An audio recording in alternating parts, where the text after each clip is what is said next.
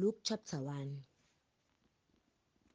Njengokuba abaningi sebezamile ukulanda ngokuhlelekile ngalezo zindaba ezigcwaliseke phakathi kwethu, njengalokho besinika zona labo ababekhona kwasekuqaleni bezibonela ngamehlo, beyizikhonzi zezwi, kwasengathi kuhle nakumina, lokhu ngizihlolisisile zonke izinto, kusukela ekuqaleni, ngikulobele ngokulandelana Theophile odumileyo, ukuze wazi ukuqiniseka kwalezo zindaba ozifundisiweyo.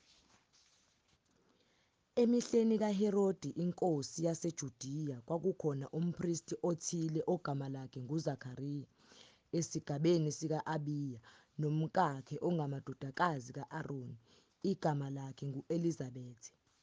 Babelungile bobabili phambi kukaNkulunkulu, behamba ngayo yonke imiyalo nezimiso zenkosi, bengasoleki. Kepha babengenamntwana, ngokuba u-Elizabethi wayeyinyumba, bobabili basebekhulile. Kwathi-ke esayenza inkonzo yobupristi phambi kukaNkulunkulu, njengokuhlelwa kwesikhathi sesigaba sakubo, ngokomthetho wobupristi, kwaba nguye owabelwa ukungena ethempelini lenkosi, azoshisa impepho. Isixuku sonke sabantu sasikhuleka ngaphandle ngesikhathi sempepho. Kwabonakala kuye ingelosi yenkosi imi ngakwesokunene se-althare lempepho. UZakhariya eyibona wethuka, wehlelwa uvalo. Kepha ingelosi yathi kuye, "Ungesabi, Zakhariya, ngokuba isicelo sakho sizwakele. Umkakho u-Elizabethi uzakukuzalela indodana, uyiqambe igama lokuthi uJohane. Uzakuba nokujabula nokuthokoza wena, nabaningi bazakujabula ngokuzalwa kwakhe, ngokuba uzakuba mkhulu emehlweni enkosi. Kasoze waphuza iwayini nophuzo oludakisayo. Uzakugcwaliswa ngoMoya oNgcwele esesesiswini sikanina. Abaningi kubantwana bakwa-Israyeli uyakubaphendulela eNkosini uNkulunkulu wabo. Uyakuhamba phambi kwayo emoyeni nasemandleni ka-Eliya, ukuphendulela izinhliziyo zawoyise kubantwana nabangalaleliyo ekuqondeni kwabalungileyo, ukulungisela inkosi isizwe esilungiselweyo." UZakhariya wathi enkosini, "Ngiyakukwazi ngani lokhu na? Ingani sengiyindoda endala mina, nomkakhe uqhubekile ezinsukwini zakhe?" Ingelosi yaphendula, yathi kuye, "NginguGabriyeli mina, omiyo phambi kukaNkulunkulu. Ngithunyiwe ukuba ngikhulume kuwe, ngikubikele lezi zindaba ezinhle. Bheka-ke, uzakuba yisimungulu, ungakwazi ukukhuluma kuze kube lusuku okwenzeka ngalo lokhu, ngokuba ungakholwanga ngamazwi ami azakugcwaliseka ngesikhathi sawo." Abantu bemlindele uZakhariya bamangala ngokulibala kwakhe ethempelini. Kuthe esaphuma, wahluleka ukukhuluma kubo. Bazi ukuthi ubone umbono ethempelini. Wayelokhu ebaqhweba, wehla eyisimungulu. Kwathi seziphelile izinsuku zokukhonza kwakhe, wamuka waya ekhaya. Kepha emva kwalezo zinsuku u-Elizabethi umkakhe wakhulelwa, wazifihla izinyanga eziyisihlanu. Wathi, "Yenze njalo iNkosi kimi emihleni eyangibheka ngayo ukususa ihlazo lami phakathi kwabantu." Ngenyanga yesithupha ingelosi uGabriyeli yathunywa nguNkulunkulu emzini waseGalile ogama lawo yiNazaretha, entombini eyayimiselwe indoda ebizo layo nguJosefa, wendlu kaDavide. Ibizo lentombi nguMariya. Yangena ingelosi kuye yathi, "Wena ophiwe umusa, iNkosi inawe, ubusisiwe esifazaneni." Kepha yena wathuka ngezwi layo ezindla ngokuthi kungukubingelela kuni lokhu. Ingelosi yathi kuye, "Ungesabi, Mariya, ngokuba ufumene umusa kuNkulunkulu. Bheka, uzakukhulelwa uzale indodana, uyiqambe igama lokuthi nguJesu. Yena uyakuba mkhulu, athiwe yiNdodana yoPhezukonke.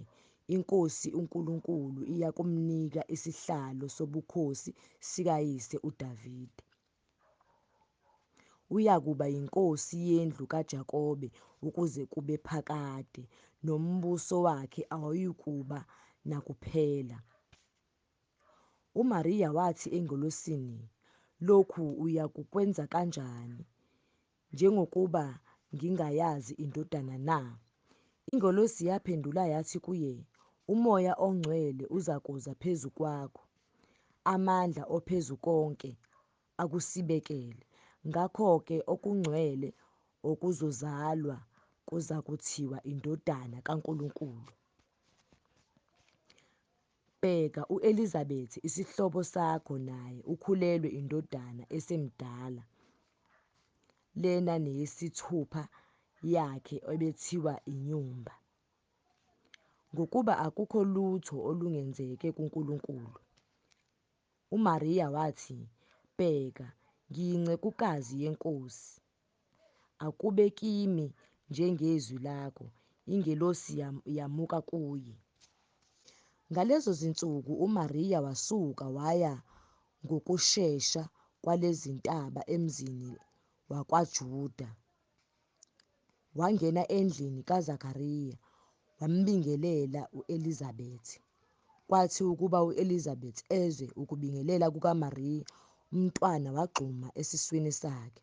U-Elizabethi wagcwala uMoya oNgcwele, wamemeza ngezwi elikhulu wathi, "Ubusisiwe wena esifazaneni, sibusisiwe nesithelo sesisu sakho. Ngehlelwe kanjani yilokhu ukuba unina wenkosi yami ahambele kimi na? Ngokuba bheka, kuthe izwi lokubingelela kwakho lifika ezindlebeni zami, umntwana wagxuma esiswini sami ngokujabula. Ubusisiwe owakholwayo, ngokuba kuzakuba khona ukufezeka kwalokho akutshelwa kuvela eNkosini." Wayesethi uMariya, "Umphefumulo wami uyayitusa iNkosi, nomoya wami uyathokoza kuNkulunkulu uMsindisi wami, ngokuba ubhekile ubuphansi bencekukazi yakhe. Bheka, kusukela manje izizukulwane zonke ziyakuthi ngibusisiwe, ngokuba uSomandla ungenzele izinto ezinkulu, igama lakhe lingcwele. Isihawu sakhe sikuzo izizukulwane ngezizukulwane kubo abamsabayo.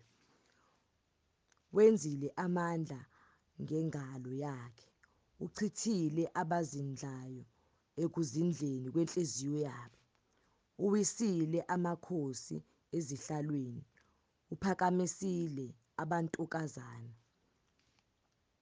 Abalambileyo ubasuthisile ngezinto ezinhle, abacebileyo ubamukiseze.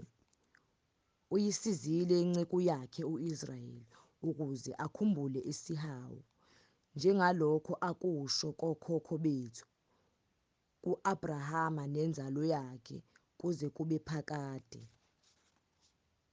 UMariya wahlala naye kungathi izinyanga ezintathu wabuyela ekhaya. Saphelela-ke isikhathi sika-Elizabethi sokuba abelethe, wazala indodana. Abakhelene naye nezihlobo zakhe bezwa ukuthi iNkosi yenze isihawu sayo saba sikhulu kuye, bathokoza naye. Kwathi ngosuku lwesishiyagalombili beza ukusoka umntwana, bamqamba ngegama likayise uZakhariya. Unina wayesephendula ethi, "Qhabo, uzakuthiwa uJohane."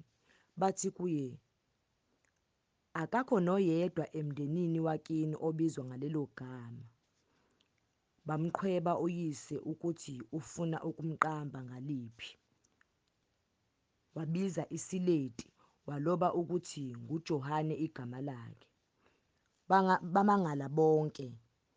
Kwase kuvuleka umlomo wakhe khona lapho nolimi lwakhe, wakhuluma embonga uNkulunkulu. Bonke abakhelene nabo behlelwa ngukwesaba. Bakhuluma ngazo zonke lezo zindaba kulo lonke lezintaba zaseJudiya. Nabo bonke abazizwayo bazigcina ezinhliziyweni zabo. Bathi, "Kodwa lo mntwana uyakuba yini na? Isandla seNkosi sasinaye." UZakhariya uyise wagcwala uMoya oNgcwele waprofetha wathi, "Mayibongwe iNkosi, uNkulunkulu ka-Israyeli, ngokuba ibahambele abantwana bayo, yabenzela inkululeko, yasivusela uphondo lwensindiso endlini kaDavide inceku yayo, njengalokho yakhuluma ngomlomo wabaprofethi bayo abangcwele basendulo. Insindiso ezitheni zethu nasesandleni sabo bonke abasizondayo, okhokho bethu isihawu, nokukhumbula isivumelwano sayo esingcwele, isifungo eyasifunga kubaba u-Abrahama, ukusinika ukuba sithi sikhululiwe esandleni sezitha zethu, siyikhonze singanakwesaba, ngobungcwele nangokulunga phambi kwayo zonke izinsuku zethu. Nawe-ke mntwana, uyakuthiwa umprofethi woPhezukonke, ngokuba uyakuhamba phambi kweNkosi ukulungisa izindlela zayo, ukunika abantu bayo ukuyazi insindiso ngokuthethelelwa kwezono zabo, ngemisesane yesihawu sikaNkulunkulu wethu esizakuhanjelwa ngayo ngokusa kwaphezulu, ukubakhanyisela abahlezi ebumnyameni nasethunzini lokufa, nokuqondisa izinyawo zethu endleleni yokuthula." Wakhula-ke umntwana waba namandla emoyeni, wahlala ehlane kwaze kwaba lusuku lokubonakaliswa kwakhe ku-Israyeli.